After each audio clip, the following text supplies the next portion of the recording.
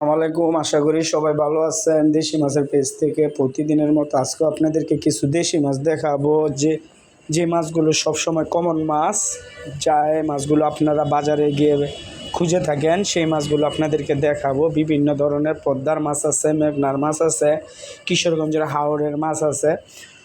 বিশেষ করে ছোট মাছই বেশি, কারণ বড় মাছ বিক্রি খুবই কম হয় বাজারে, কারণ বড় মাছ একটা মাছের দাম 5,000-7,000 টাকা, এরকম কাস্টমার অ্যাভেলেবেল হয় না।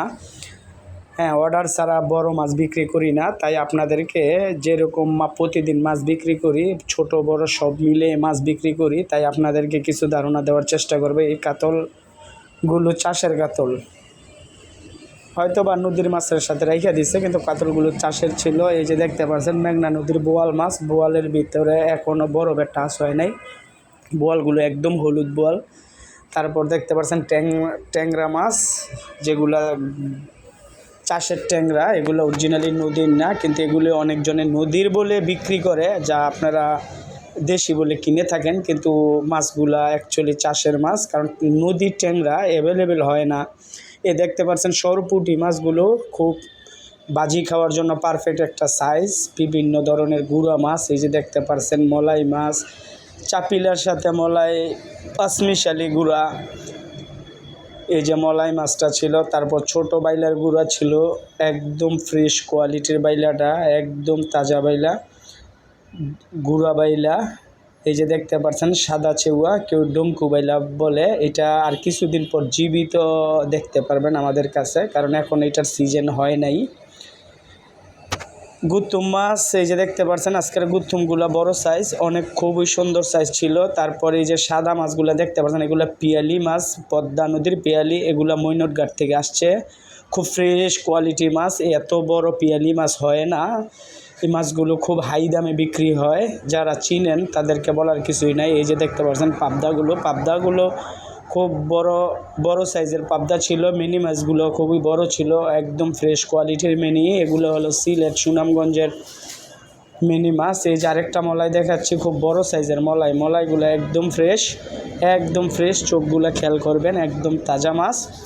মলাই বিভিন্ন ধরনের মলাই থাকে। এই যে দেখতে পাচ্ছেন নদীর আরও সরপুঁটি, এটা হচ্ছে মেঘনা নদীর সরপুঁটিটা, এখনও বরফের টাচ হয় না। এই যে ইলিশের জাটকাগুলো দেখতে পাচ্ছেন, এগুলো হচ্ছে পদ্মা নদীর মৈনটঘাটের জাটকা, খুব ফ্রেশ কোয়ালিটির জাটকা। এই জাটকা যতগুলো কাস্টমার কাছে বিক্রি করছে, প্রত্যেকগুলোর রিভিউ খুব ভালো ছিল, খুবই ফ্রেশ কোয়ালিটির জাটকা। বড় ইলিশের থেকে এই ছোট ইলিশের চাহিদা অনেক বেশি থাকে, ফ্রেশ বলে। এই যে দেখতে পাচ্ছেন আরেকটা নদীর মাছগুলো দেখতে পাচ্ছি, ট্যাংরা, বিভিন্ন ধরনের পাঁচমিশালি মাছটা দেখতে পাচ্ছেন, খুব ফ্রেশ কোয়ালিটির। গুঁড়া চিংড়িটা দেখতে পাচ্ছেন, ফ্রেশ, একদম ফ্রেশ। চিংড়িটা খুবই ছোট ছিল, একদম ছোট, কিন্তু দোকানে এখনও তাজা লড়তেছে, অনেকগুলো লড়তেছে, ধরা যায় না। এই যে দেখছেন ঝরঝর করে উঠে, একদম ফ্রেশ কোয়ালিটি। এই যে দেখতে পাচ্ছেন মাছগুলো একদম তাজা মাছ।